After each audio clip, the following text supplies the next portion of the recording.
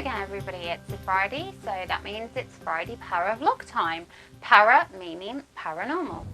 Now today I thought I'd do a vlog about the good old EMF meter, which is also known as a K2 meter.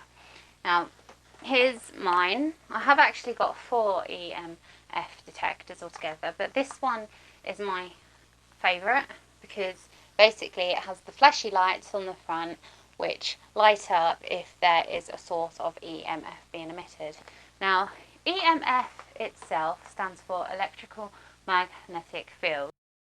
The electric field is produced by stationary charges, and the magnetic field is produced by moving charges.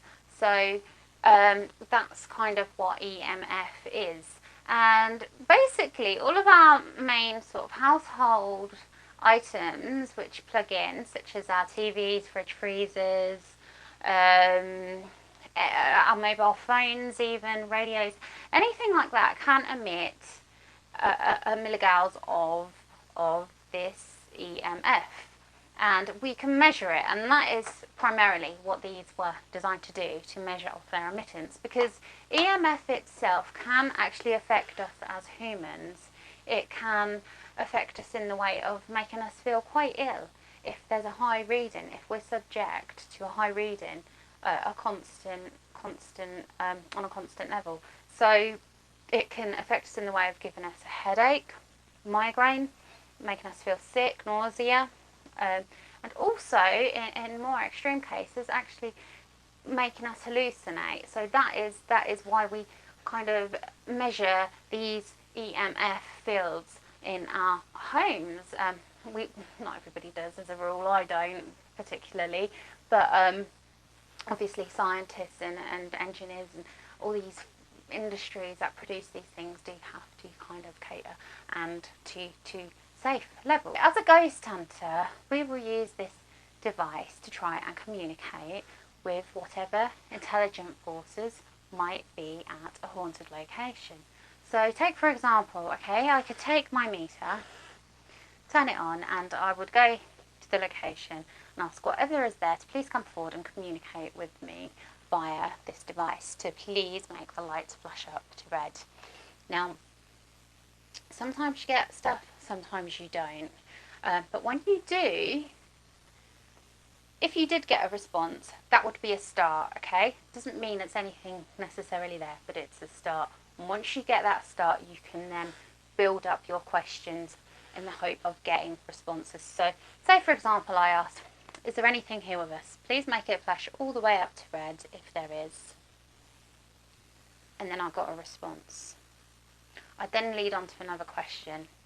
Are you a female? I'd wait for a response. And if I didn't get anything, I'd maybe then ask the question, are you a male?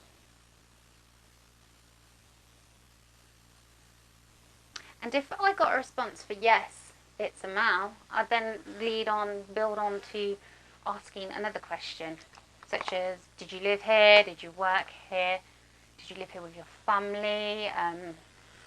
Anything that comes, you usually find one question can lead to another. But with this type of communication, obviously it has to be yes, no questions. And when you do kind of get that interaction, you can tell it's an intelligent response. You can tell by the way the machine actually works in request to your requests of what you're asking of it. So that leaves the question, can these things, these entities, beings, these ghosts, these forces, can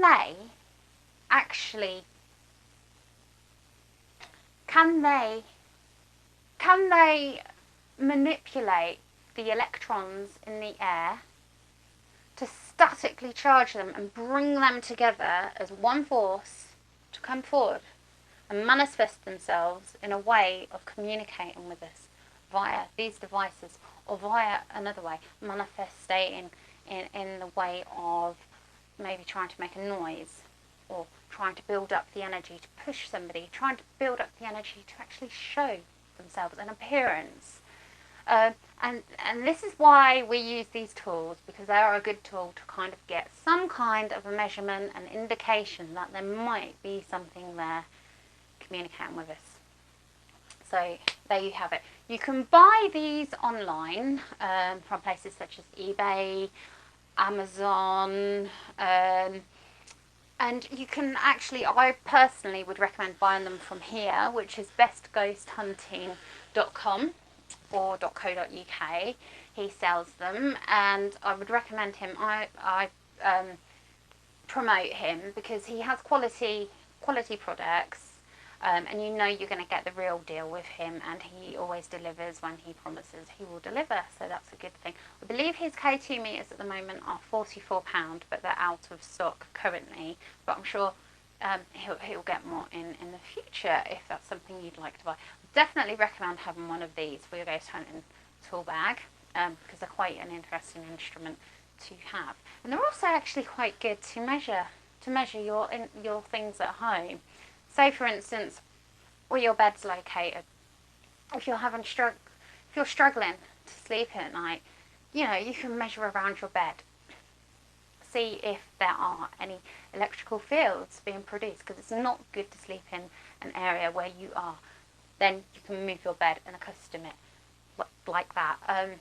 Don't sleep with your mobile phones next to your head, obvious stuff. TV in your bedroom, not ideal. Most of us do kind of have a TV in our bedroom, but make sure everything's just powered off, switched off, because they all emit a certain amount of this electrical magnetic energy. So yes, I hope this has been helpful. So the KT with the flashy lights, that's my particular favourite. I think mainly because I'm mostly investigating in the dark, and you can clearly see responses with that.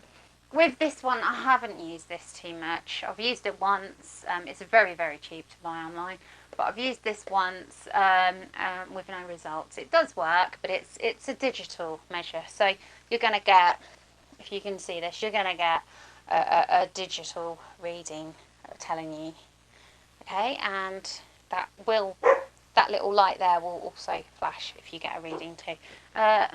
Next one is a cell sensor. Now if I turn this on, this flashes and actually makes a beeping noise. So I'm going to put this near my computer screen to give you an idea of what that does. So that's quite interesting. And then last but not least is the Gauss meter. And that makes that noise. I'll put this near the computer screen so that you can see. And that's that one. So they're all quite good, but like I said, this is definitely my favourite. I think they're now available with an alarm as well. So when you get a response with the light, they can also make a noise as well, quite a prominent noise. So that's quite a new thing out in collaboration on the market. So I hope you've enjoyed this. Please do subscribe if you haven't already. Thank you so much to those of you who watch these all the way through. I'm sure they can get boring. It's quite hard doing these each week and making them interesting for you, the viewer, to watch. So I really do appreciate those of you who watch it. I'd just like to say hello to quite a few people who I know watch these. John being one, John Huntington, thank you very much. Just wanted to mention you.